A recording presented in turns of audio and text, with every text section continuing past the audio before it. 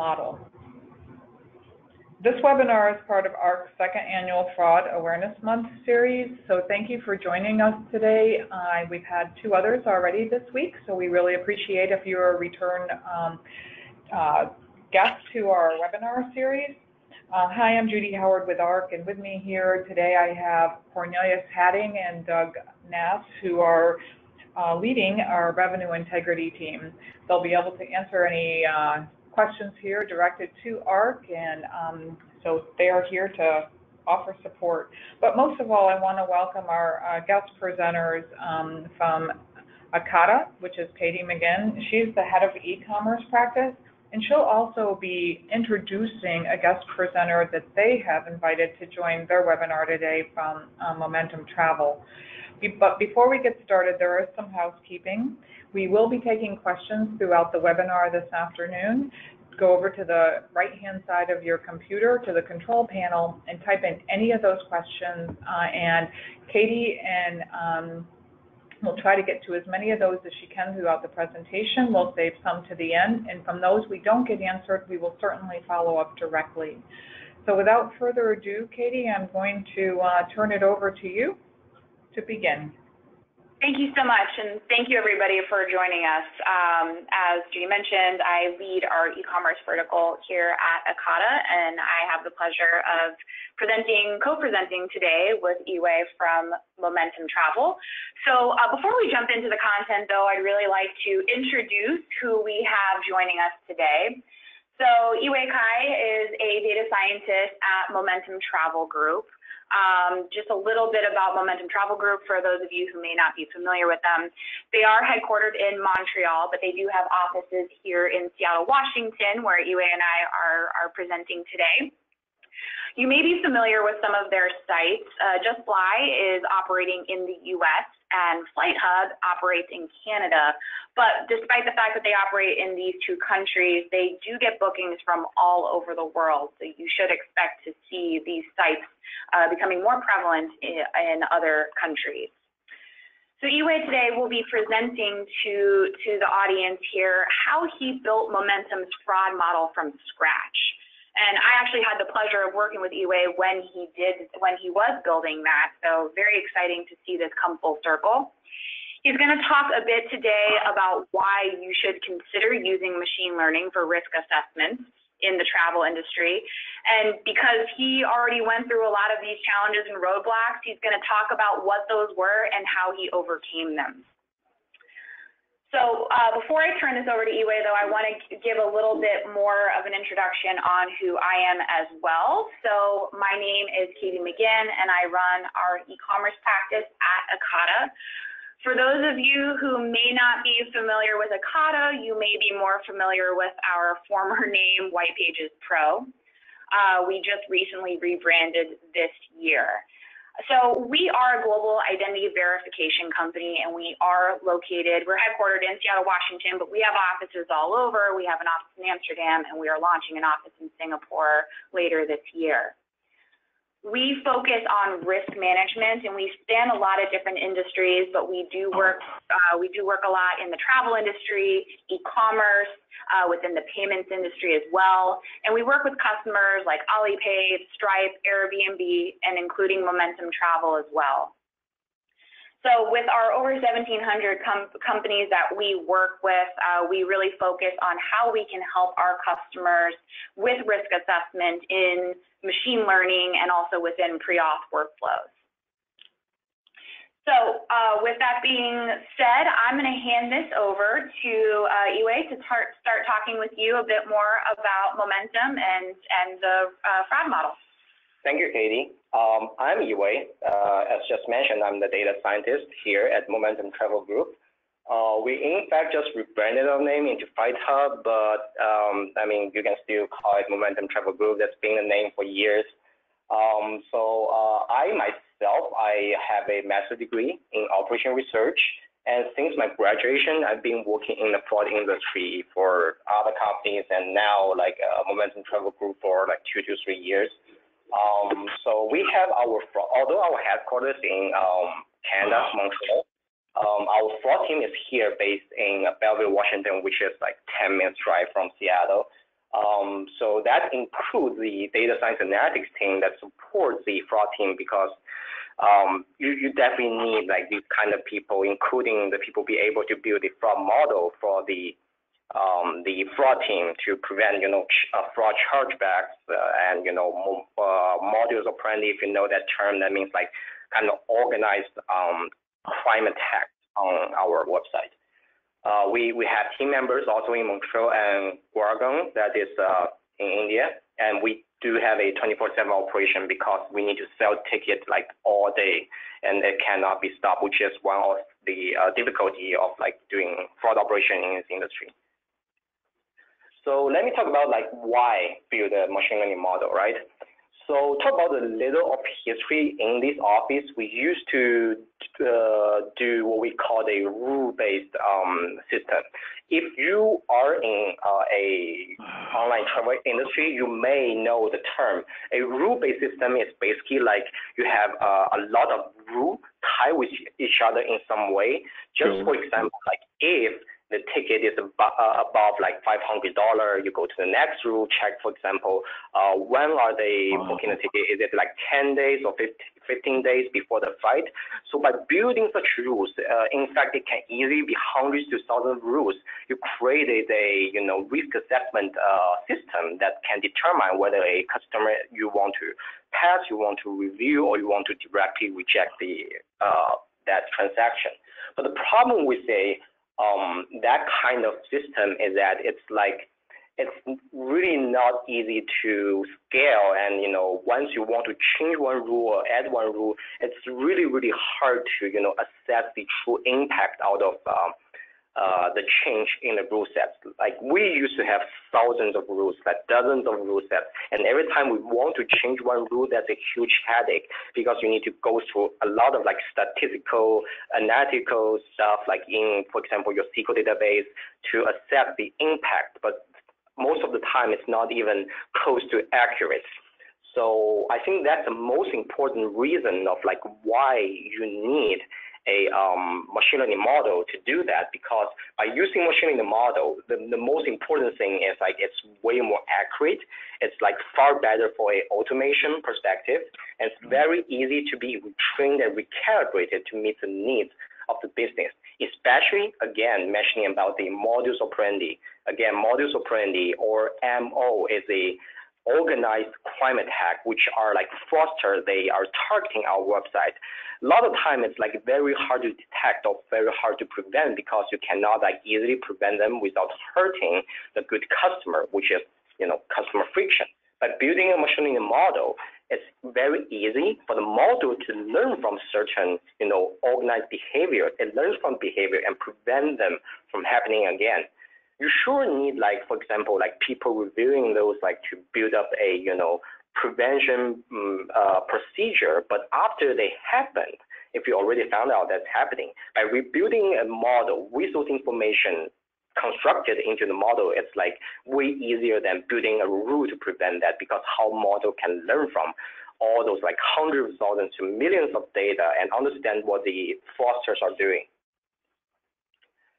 So I'm going to talk a bit about how we build a model and what you need to know before building the model.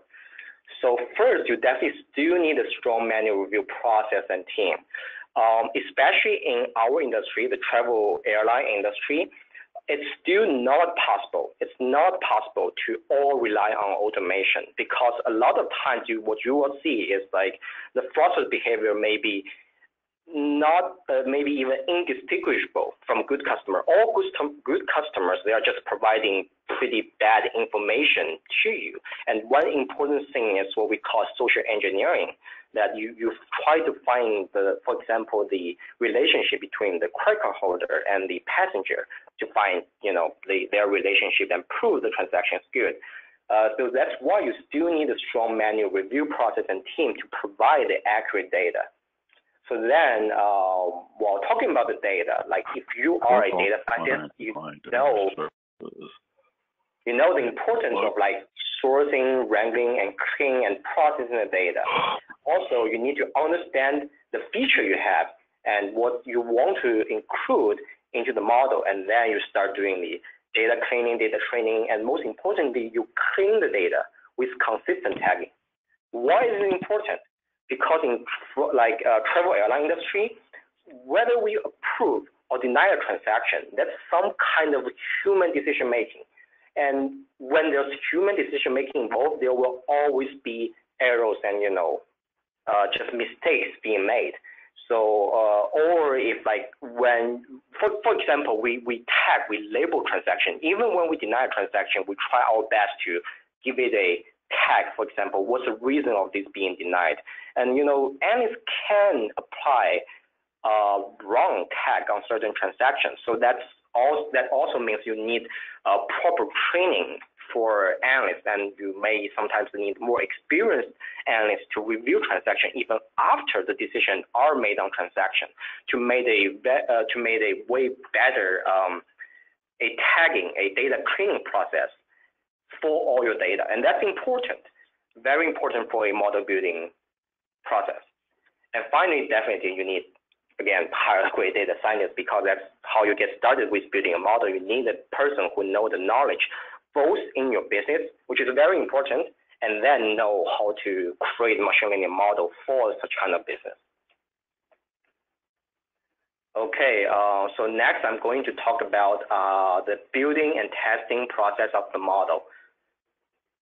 Before I get started, I want to mention that for people who want to hear a step-by-step process of building a model, you may be a bit disappointed, because just from my own experience, I went to a lot of webinars, they talk about step-by-step process of building the model.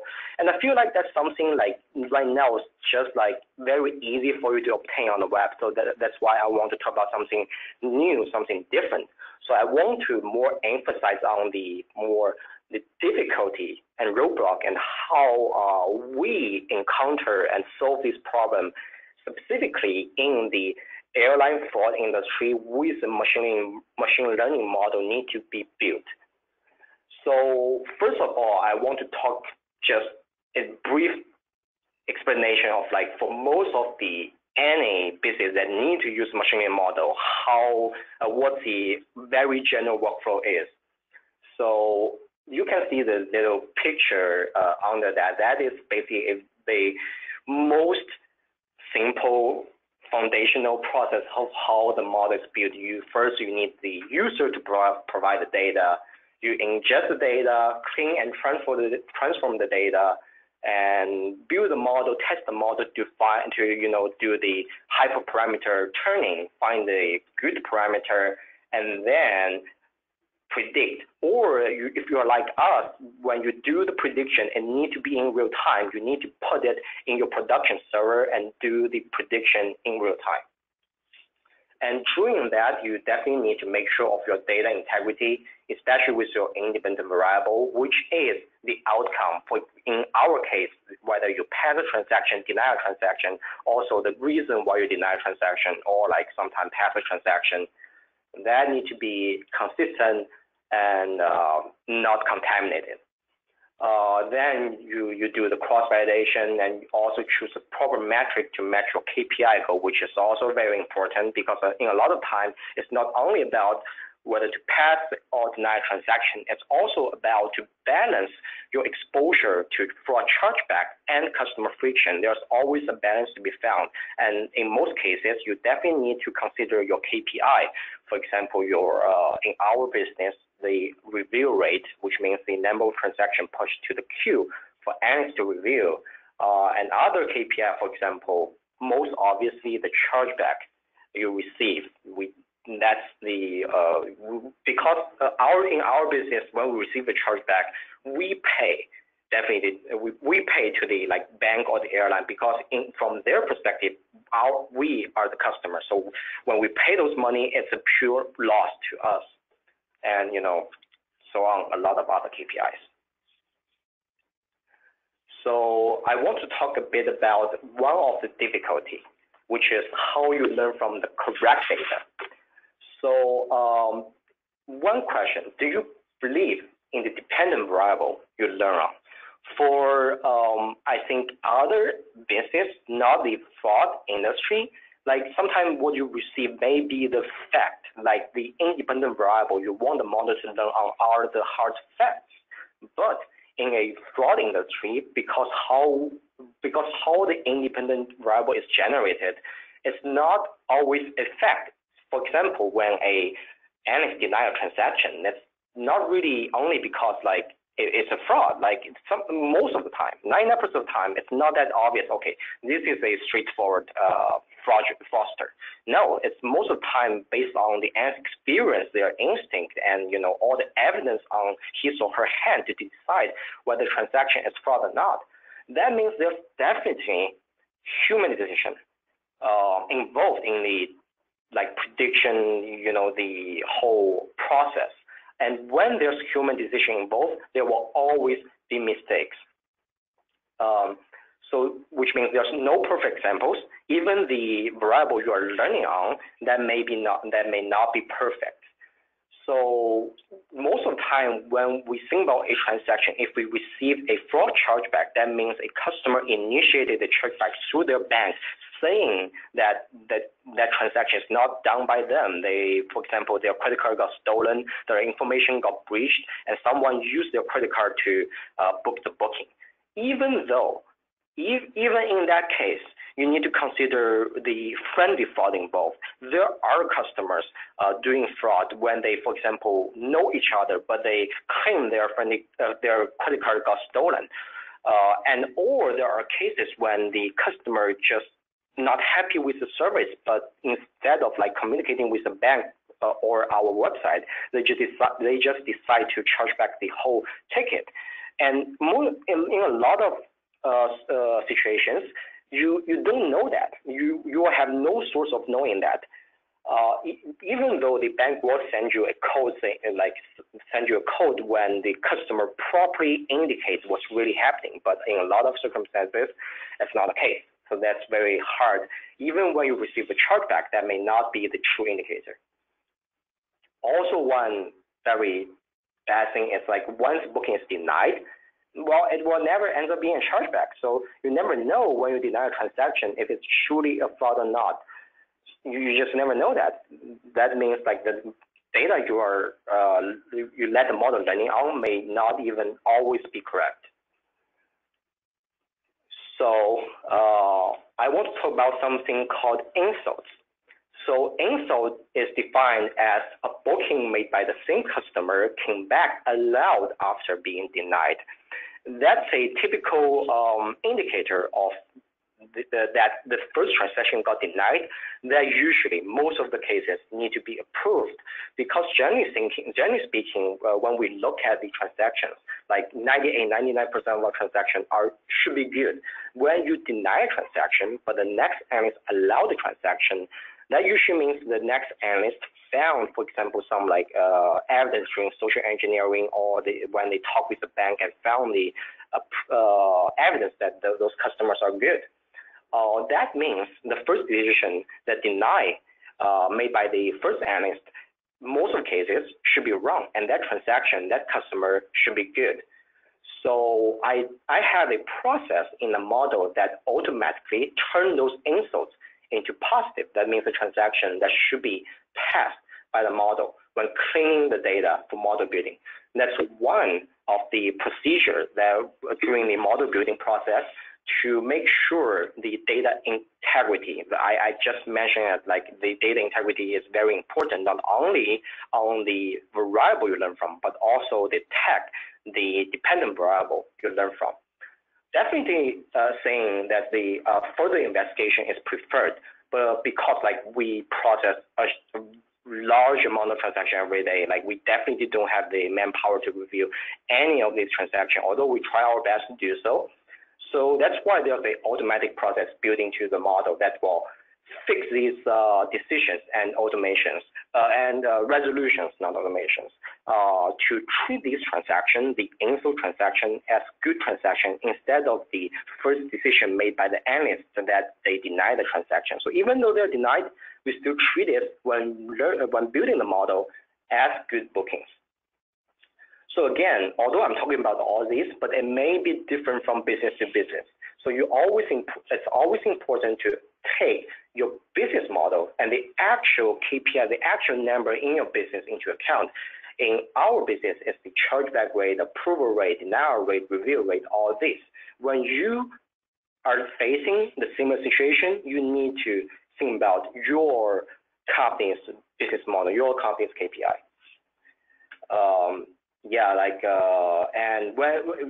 And also, for example, if you're not a very large business, very large company, but you do want to do this machine learning approach, remember, building a working machine learning model, especially for a business that is new to data science, it's not always about building most like sophisticated, complicated model, but more about how to best combine your business with the model. Although this is one of the approach to solve the whole insult problem, but you need to remember a booking can still be a friction or potential insult without customer coming back after the denial. It's easy to understand, right? The customer got denied, he just doesn't even want to, he or she doesn't even want to do business with us. He or she just, go to other website and book the booking. So it's not a perfect solution after all. One way to address this problem is at least what we do is like I let the model automatically turn denied bookings with very low model score into a positive booking for the model to learn from, but adjust the weight of those bookings to be inversely proportional or scared to model score. In a more layman's term, if a booking has such a low model score, like very, very low, do you choose to believe in the model or NFs, right? In our case, on a large number, larger picture for the whole business, if the model score tend to be very low, most of the cases it's the analyst issue, not the model's issue. So that's why we choose to use this inverse proportional method to believe in the model more than the analyst when the transaction is denied. And in fact, that definitely helps the model. But again, it's different from business to business. You need to think about your own approach when you deal with your own building machine learning model issue. And apart from that, there's definitely other to consider about, right? You may be able to build multiple models to assess different kind of bookings and use a ensemble method. In case you don't know what ensemble is, ensemble means you combine different models together to make a single decision. That's definitely a possibility, and if you want to do that, it's definitely possible. So next, I want to talk about model assessment. When you build a model, because you want to know the model's performance, you definitely need to do the assessment of the model to make sure the model is doing what you want. So there are usually two kinds of model assessment. One is an offline assessment, another is online testing. Offline assessment is simple, you want to get a accuracy from the model. I say accuracy just because it's easy to understand, but in fact we don't use accuracy as the measurement. A very easy understanding is that, for example, you're in a fraud industry. Accuracy means nothing. For example, that there's one bad booking in 100 total booking, and 99 of them are good. You can just say all of them are good, and you achieve a 99% accuracy. So accuracy means nothing. What generally are used more in the machine learning models of fraud industry or any industry using machine learning model is what we call ROC. ROC is a graph representing the relationship between true positive rate and false positive rate. And as you can see on the graph, if you have a straight line, that means your model is useless. If you already know what true positive and false positive rate is.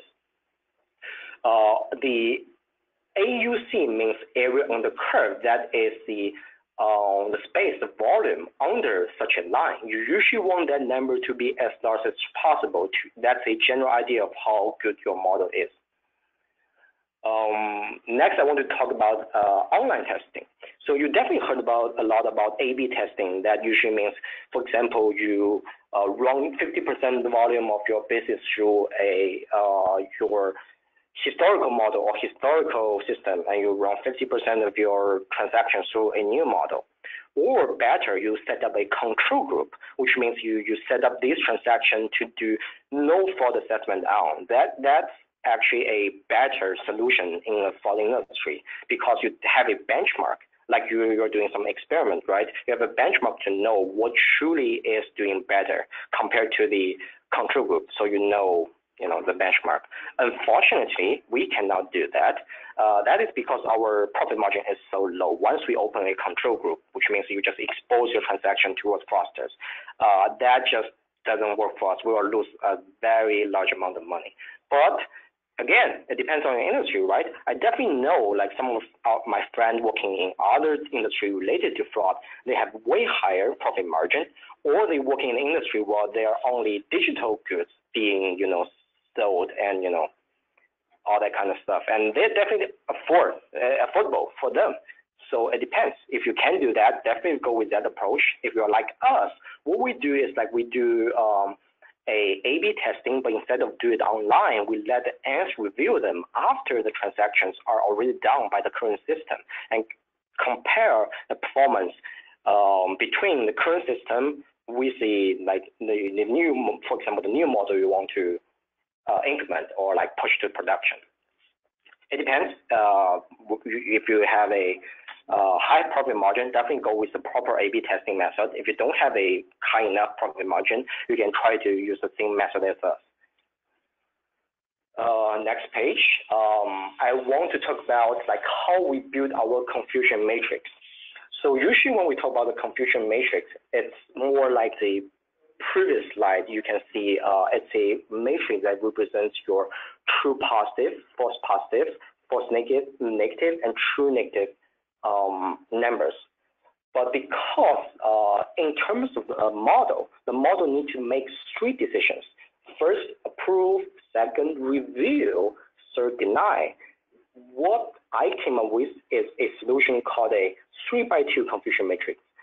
By doing that, we can easily put one of our most important KPI into the model for the model assessment and consideration, which is our review rate. Without doing so, you cannot really assess your review rate and its impact, the model's impact on review rate. That's why we needed to build a 3x2 confusion matrix, as you can see on the page that shows true positive, review positive, false negative. It's basically adding a new column into a existing 2x2 confusion matrix. The reason why I don't need 3 lines, but only 3 columns, is that the actual outcome of the booking is always either it's approved or denied. So you don't need to make it 3x3. You only need to make it 3x2. And by doing that, you can tie your model with your KPI better, at least our KPI. That is the SLA, operation cost, our review rate, blah, blah, blah, a lot of other different KPIs.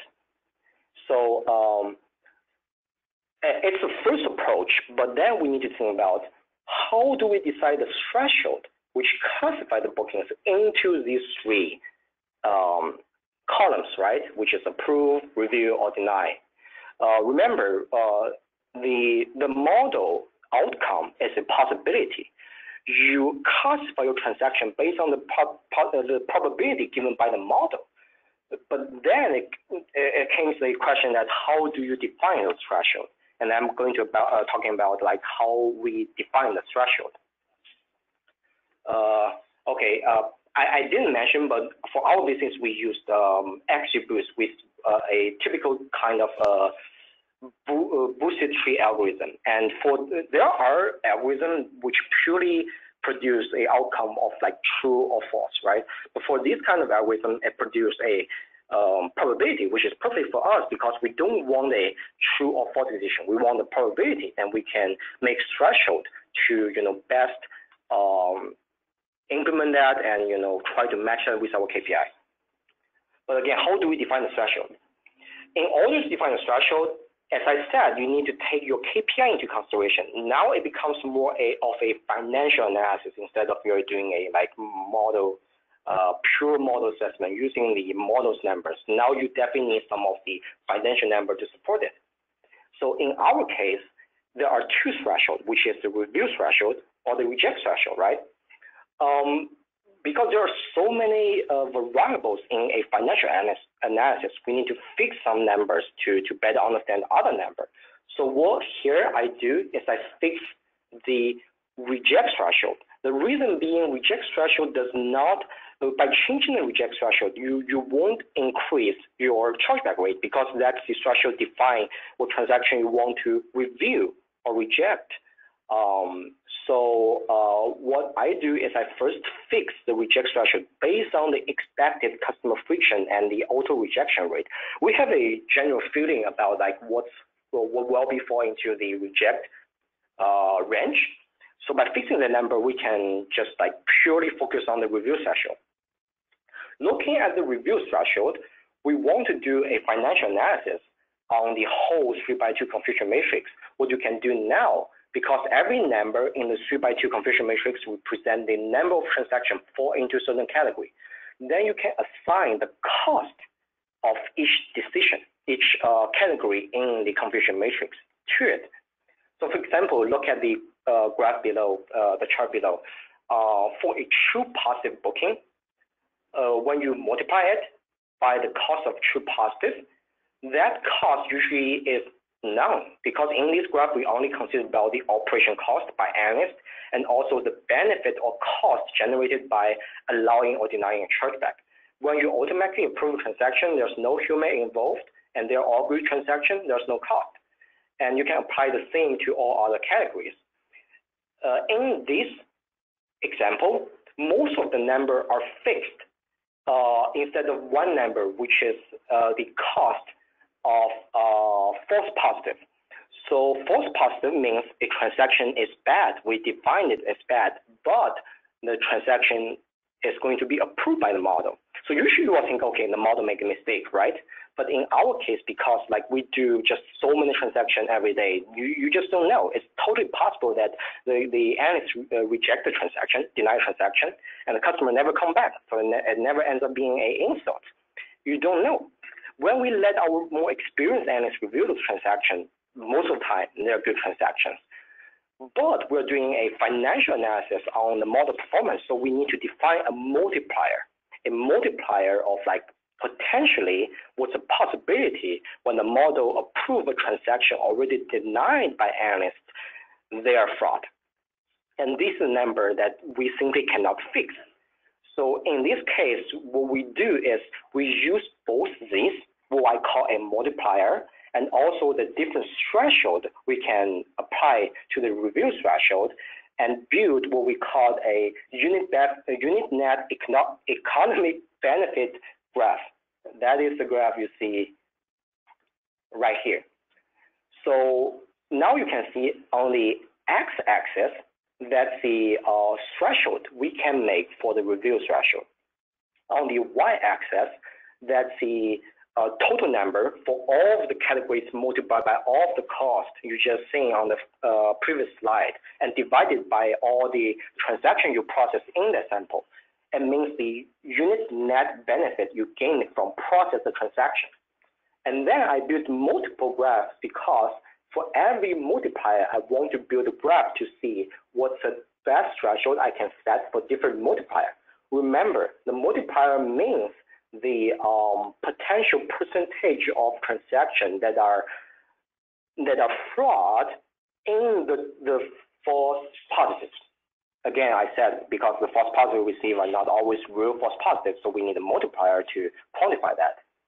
So now I have, for example, in this case, 10 graphs, ranging from a multiplier being only 5% to 50%. But if you look at all those graphs, it gives you a confident feeling of like what's the general idea of the review threshold you need to set. Because you want to select the local maximum point on the graph, that means you can gain the maximum profit out of every transaction. That means when the multiplier is only 5%, your review threshold can be set at 0.8. But if your multiplier is at 50%, which means 50% of the false positive can be real false positives, you more want to set your review threshold to be 0.55 to 0.6. But by building this graph, it gives you a confidence in selecting a threshold that you feel that will do most benefit to your business. And that's why when you, that's how you combine your business KPI with the model assessment process and give you a threshold that's doing the most, benefit, the most profit to your business. Instead of only using the numbers in the model, you combine the financial analysis of your business into the model. Okay, I know that was pretty confusing, but now I'm going to jump to another topic, which is production implementation. I said about there are other business you only need to do a offline prediction. You don't need to put it online. You don't need to put it in a server and process transaction every single millisecond. If that's the case for your business, you don't need to worry about this. But for a lot of business, and increasing the number of business nowadays, you need to make a decision when that either it's a transaction or other things happened. So that's what we have to do because we sell airline tickets. We can't let the customer wait. So now, if that's the case for you, which is also the case for me, for our business, you need to do a production implementation, which can be very different from just building a model. In fact, if you are new to if you're in a business which has no data scientist at all, you hire a data scientist. He or she may be familiar with building a model, but not familiar at all with how to implement the model. If you're in a big company, you have multiple data scientists, multiple data engineers, good news for you.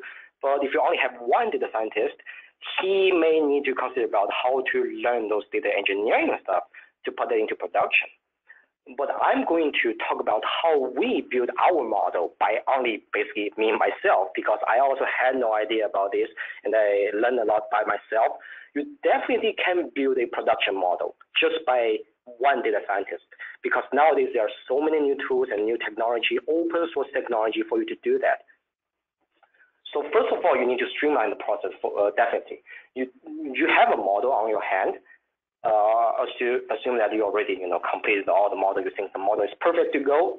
You need to pack it usually into a PKL file. In this case, I use Python to build my model. I can pack it into a PKL file, and then you need to build a production pipeline that basically do the exact same thing, but in real time as when you build the model. So you need to go through all the data cleaning, feature engineering, transformation as when you do it. In a sample offline prediction, and then you do the encode and predict, right? But the important thing here is you want to service as a API. What we do here is we can use a request listener, right? You build it as an API and listen to a certain port, which usually is your production server, that sends the payload with all the information, any information you can get, that sends to such API. And this API will receive the payload of raw data, go through the pipeline you just built, and complete all the data cleaning, engineering, and transformation. And that payload will become a list of data exactly the same as what you did when you build a model. And that will send to that KPI file and return the predicted probability. And then after you define the threshold, that probability will be turned into a approved, review, or denied decision, right? And then you can send this decision back to your production server and do whatever you want with them. And I want to talk about some tools I use to build this API. Several names, including Flask, UWGI, NGIS, and Docker. So Flask is a micro framework for web development, but that also works for API development. It's super easy to use, very user-friendly. Anyone who has basic understanding of Python can get your hand on it, but it's not for production implementation. The good thing is it's good for prototyping. But you can combine Flask with UWGI, which is a full-fledged HTTP server. And when you combine Flask with UWGI, you get a full API support, production API support for your model. Next is NGIS as also a web server, but it helps you to manage the traffic, your HTTP traffic of transactions. Which, for example, in a same server, it can do the traffic distribution to different workers in the same server, which makes your prediction process faster. Next is Docker. Docker is amazing. Right now, you may heard about a lot of our service provide like orchestration and Dockerization. This is basically the technology behind it. And basically pack your whole application into a single package, and that package contains your operating system, your model, and all the supporting libraries needed to do it. When you pack it into such a package, you can deploy it in any server without any hassle. So that's amazing. I certainly recommend you to check out that if you have no idea about that. So we have one question that came through in terms of what kind of tools you use. One question asking, did you consider using a commercial auto machine learning system like DataRobot?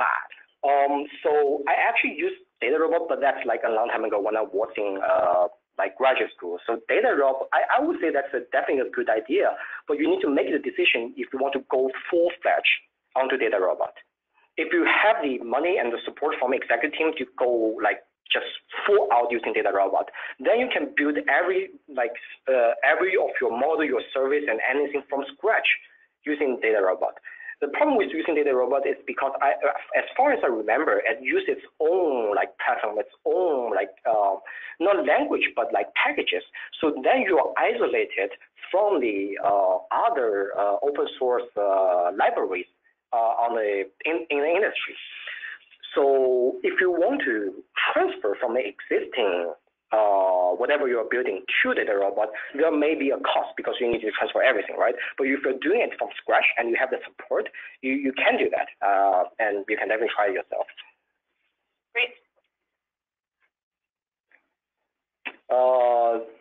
Again, from the last slide, there's a last thing to mention. We also just use AWS to host our servers and use their scaling service to auto scale, build multiple instances, and handle the traffic in parallel, so that whenever you have a failed transaction on one server, it can be handled by another. Okay, next I want to talk a little about explainability. So remember I talked about why you use XGBoost, right? XGBoost is awesome. It's a very popular algorithm right now in Kaggle because it proved itself to have a very strong prediction power, but also because in the core, it's tree-based model. Unlike neural network is like unexplainable from the model itself. It's a black box model. There's no way for you to explain it by using the model itself. But even though our office use XGBoost is a boosting tree. Technically speaking, you can explain it, but if you want to go through like hundreds of trees to explain one transaction, that's not really a feasible choice, right? So luckily right now, there's like more technology for you to explain a transaction. And I also need to mention why explainability is important. So for example, when we have a transaction that we really have a debate, for example, between the management team or between the analysts, like one want to approve it, one want to deny it, you want the model to give some kind of explanation on why the model makes such a decision, right? In fact, in a lot of industries, they have to have explainability and even a lot of times sacrifice their prediction power. For example, most of the financial institutes and most of the banks in the United States, they kind of are forced to use the very basic logistic regression because there are, from what I heard, the certain like federation department, they will come and investigate on what you're doing to make sure all the decisions you make are explainable and not biased because you use, for example, age, race, these kind of things to make their decision. For us, we still want this important prediction power by XGBoost, but we still want to explain the model a bit. That's why we want to find a new tool to explain the decision made by the model. Okay, this is a something I just found on internet, but I think it explain the issue very good, like better than me, okay? So in general, if accuracy has to be improved, data scientists have to sort to use complicated algorithms like tagging, boosting, random forest, which are black box methods.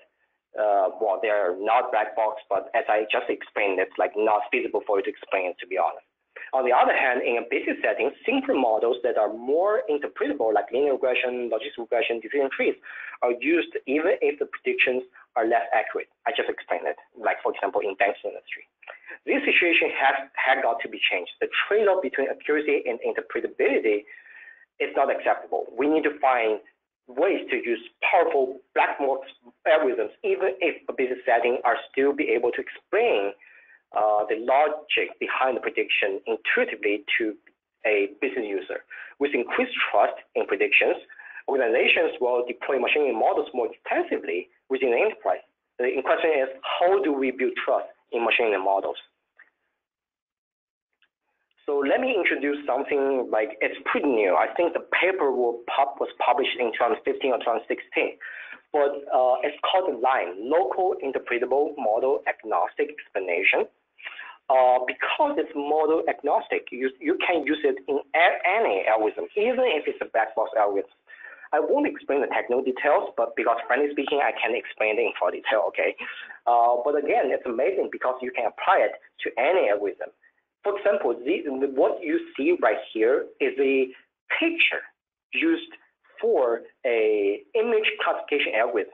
Even for a picture, this certain LIME tool, this LIME, can explain why the model, usually in neural network, because it's used for image classification, right? Why the neural network predict this as a fraught. So by using such tools, you can definitely give more confidence to your business. So this is a very basic graph of like how we use LIME explanations in our business. This is just a example. It doesn't really mean anything. Just want to let you see like how we're using such a tool to help our decision making. Okay, next is the result. I for sure cannot disclose any hard numbers to all your audience. But what I can say is the outcome is amazing. So first is the most obvious one because I said machine learning helps automation. That's like absolutely most important thing. And when you have higher review rate, you need to hire more people. You need to have way higher operation cost in the office. What I can say is we reduced more than half of our review rate. That means like a more than 50% decrease in what ends received to review. And that doesn't really mean like you need to cut numbers in your office. No, that means ads have more time to do more per transaction. They move from quantity to quality, and they have more time to do side projects, which are more interesting to them, more beneficial to the whole business, and can in fact even review more other transactions to provide better tagging, better data integrity for the model. So it's definitely a good cycle. And it's also beneficial because it's doing more accurate auto rejection. You have way less customer frictions. And in fact, this less transaction in the queue and less friction in auto rejection also lead to a way better all office denial rate that includes the auto rejection and the endless denials. In fact, our whole office denial rate also dropped more than 50%. But I would still say there's definitely a lot of friction in it. But just imagine that you cut like 50% of your denial, which I would say all 50% of them are just like good customer being denied. They are all eliminated. Next, definitely most obvious is the reduced in chargeback rate. I cannot disclose the number, but our fraud rate is definitely also dropped a lot. In fact, we have a very good chargeback number right now, but I think that's also because we're mostly still operating in North America. When we expand outside of North America, you will have more confusing working for you to decide. Okay, the next steps. Definitely, we want to further improve the power of the model, right? So that's why we always want like continuous improvement. we definitely want new variables and explore new algorithms. In fact, there's one thing I've been doing for quite a long time is like try to include the more customer behavior into such a transaction, right? For example, your booking attempts, your booking failed, your booking approved, but also tie all these with your device, your address provided, your phone number, your name, your credit card used. And that's actually pretty big a challenge, but that's what we are improving on the model right now. Yeah, and also you can use the model in more innovative ways. For example, I mentioned modus operandi, right? That's the organized attack. It's definitely possible for you to build a model that's specifically used to detect modus operandi. We haven't completed this yet, but I think it's definitely a good idea, and that's also what we're working on. Okay, that's all my slides. Hope you like it. That was fantastic. Thank you so much, Yiwei. We got really great questions from the audience, and these are some of my favorite questions because they almost always are coming in right before you're about to answer them. So I was able to throw one in there that you hadn't answered, but the majority of the ones that came through, you did a really great job answering. If people do have more, we still have a couple more that you haven't answered yet, so I'm going to ask those. But we have about a little less than 10 minutes left. So if anybody does have questions, by all means, please do submit them now. If we can't get to them, we will, by all means, get back to you after the recording directly. But for those that you didn't get to, you kind of touched on this a little bit, but maybe you could expand a bit more. What type of third-party data are you using right now, and how have you seen that third-party data impact your model, and what were the benefits of it? Well, Ekata for sure, and I need to say Ekata is amazing. Okay, it's not a advertisement for Ekata. It's mainly because our business model, right? When we want to decide whether a customer is good or bad, it's all about building a portfolio of a customer. And what Ekata provides is that customer's information, and that's like really important for us to decide whether you're good or you're not, which match. For example, Ekata provides the address owner name, phone owner name, email owner's name. We match all those names and even the ages sometimes they can provide, right? To what we have on our record for the credit card holder, the customer provide, and also for example, passenger's name, passenger's age. And by matching all the information, we have a better understanding of like whether, okay, you're booking a transaction for yourself, for your friend, or it's a fraudster using the stolen information to book a ticket for anybody else. So as a good example, we definitely also use other third-party services. Just for example, okay, Stratemetrics also use that because they provide, the device fingerprint information. And there are also other company, I won't say the name, but that's basically consortium data. That means, for example, there are other company, the other customer of that company report there are fraud done in the platform, and they have like basically gather all this information to provide, for example, the kind of red flags for other company to be more cautious about certain device, certain email, certain passenger names, for example, like that.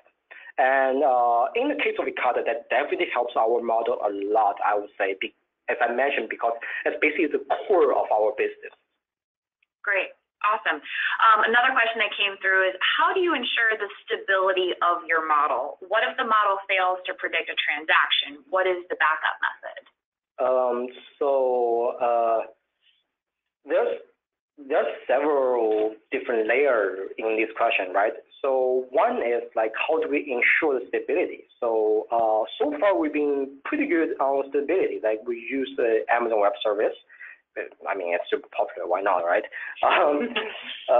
But we built like multiple instances on the AWS platform, and there's a like load balancer that sends transaction like two different instances to make sure the workload of every instance is like pretty on average. And if one instance failed to make the prediction, it will send this to other instance so that it makes sure the stability of the model. But again, like say like what if like something happened to Amazon, they suddenly stop providing us this, right? it's definitely the worst scenario, but we definitely have some like fallback solutions. In fact, we built a simpler version of the model in-house using our own solution. That's like way simpler, but definitely still effective, just in case if the transaction failed the prediction in our model in the rest. That's a more like a single decision tree, but we build it as some kind of rules. Although I hate to use rules, but that's a backup method. Great. And then one more question that came through. You touched on this again a little bit before. You said you were going to look into, in terms of next steps, looking at customer behavior.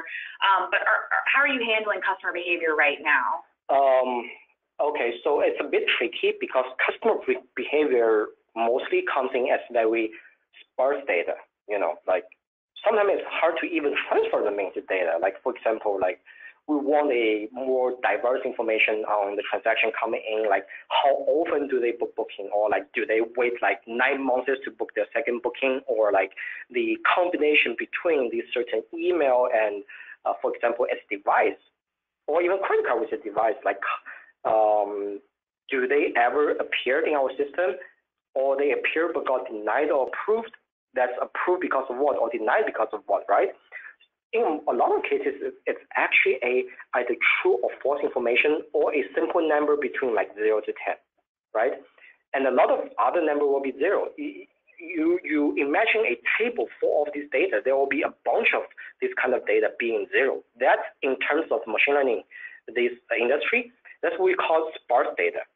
And that usually will create an issue for model building. That's what we call a curse of dimensionality.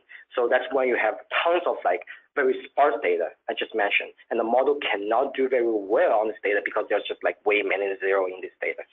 So what I do is like, probably if you're a data scientist, you have the same idea as mine, right? We use dimensionality reduction to reduce the dimensionality of this data. That means this customer behavior can be hundreds or even to thousands of variables, but I transform it using dimensionality algorithms like SVD into a smaller number of more meaningful features and let the model learn from it. That's basically what we're doing. Great. Okay, awesome. So we've got a couple minutes left. One of the other questions that came through is if a deck can be provided. A recording of this webinar will be available, so by all means you can take a look at the content again.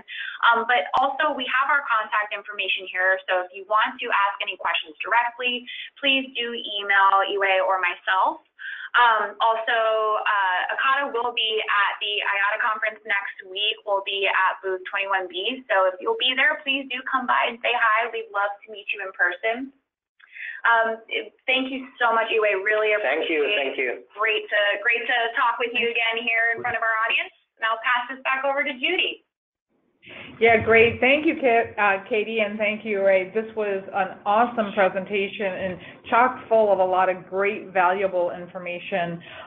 We're really pleased to have both of you on this webinar this afternoon. Can't thank you enough. And as Katie did say, the presentation will be available. If anyone would like it, please feel free to email me at jhoward@arccorp.com. Also, this recorded session will be posted on our ARC website, and it will be posted under Training Webinars on Demand. So please take a look at that there. A couple of other things that I just want to also say before we have 1 minute left, I think. If anyone does have any questions for our team as well, we have our revenue integrity team that monitors fraud and is there to help and wants to help you. I'm going to give you their hotline information, their email address, so that you can reach out 24/7 if you suspect fraud, have any questions, have any doubts at all, or just want to talk to one of our fraud folks here at ARC. And that hotline number is 855-358-0393. The email is stopfraud@arccorp.com. I also want to say that we do have one more of our webinar left in the Fraud Awareness Webinar Series this month. It's next Thursday, September 26th. It's an interesting topic, mapping the underground economy, the fellowship card shops. So I think that'll be a real interesting one. Please sign up for that if you haven't already. You can go to our tech message or go to artcorp.com under events.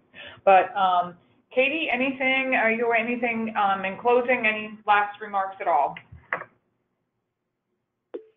Nope, that's it for us. Thank you so much. Okay, great, both of you. Thanks for being our guests this afternoon. Well, depending where you are around the country, you're welcome so much. Thanks for being our guest today. Hope to see you on future webinars. Thanks, everyone. Use the search bar, right?